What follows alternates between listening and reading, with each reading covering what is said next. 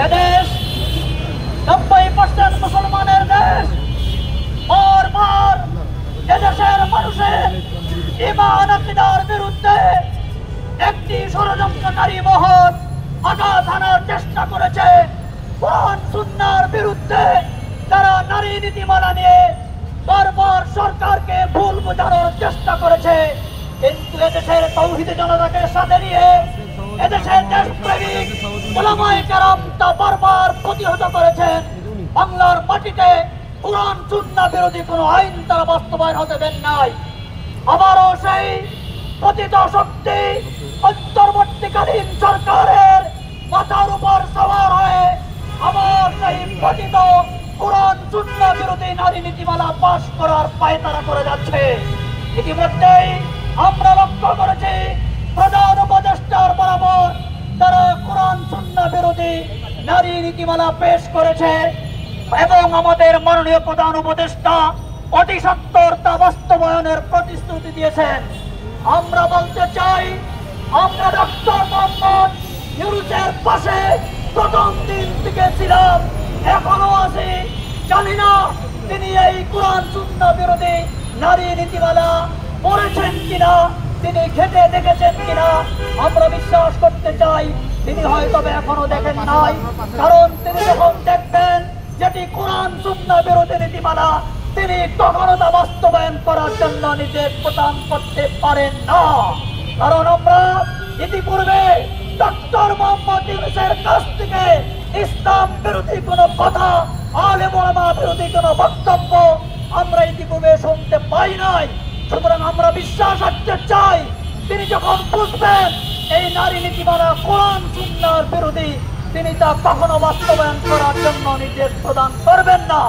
আমরা অনতিবিলম্বে ডক্টর মোহাম্মদ ইউনূস সহ সংশ্লিষ্ট সকল কর্তৃপক্ষকে অবগতির জন্য জানাচ্ছি, এই নীতিমালা পরিষ্কার কোরআন সুন্নাহ বিরোধী নীতিমালা।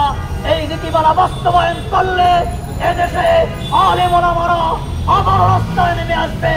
প্রয়োজনে তারা তাদের মুখে তাদের রক্ত ঢেলে দিয়ে কোরআন সুন্নাহ বিরোধী নীতিমালাকে প্রতিহত করে পারবে ইনশাআল্লাহ। এ পর্যায়ে আজকের মানববন্ধনে বিশেষ অতিথির বক্তব্য রাখবেন জনগণ ইসলাম বাংলাদেশের সংগ্রামী নারী অধিকারকে সংঘর্ষ হিসেবে উপস্থাপন করেছেন এবং তিনি বলেছেন যে নারী অধিকার বাস্তবায়নের ক্ষেত্রে ধর্মীয় বিষয়গুলো, ধর্মীয় অনুশাসন, ধর্মীয় আইন এগুলো হলো প্রধান বাধা।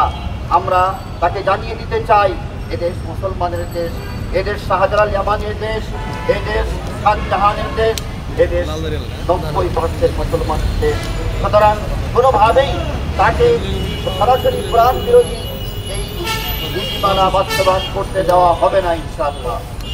এই 2011 সালে নারী নীতিমালা যখন কোরআন সুন্নাহ বিরোধী নারী নীতিমালা পাস করা হচ্ছিল, তখনই ছাত্র জমিয়াতের ছাত্র হাফেজ শহীদ হোসাইন আহমদ এর প্রতিবাদে শাসনের মিছিলে তিনি উৎসের পুলিশে শহীদ হয়েছিলেন।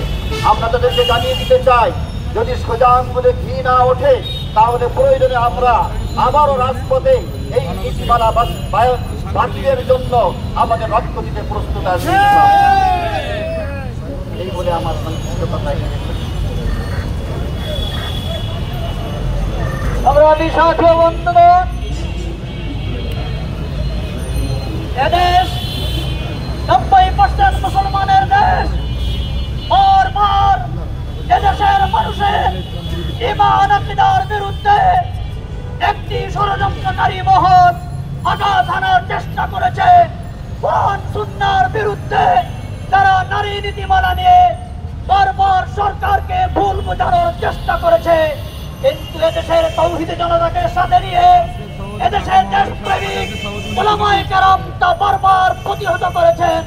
বাংলার মাটিতে কোরআন সুন্নাহ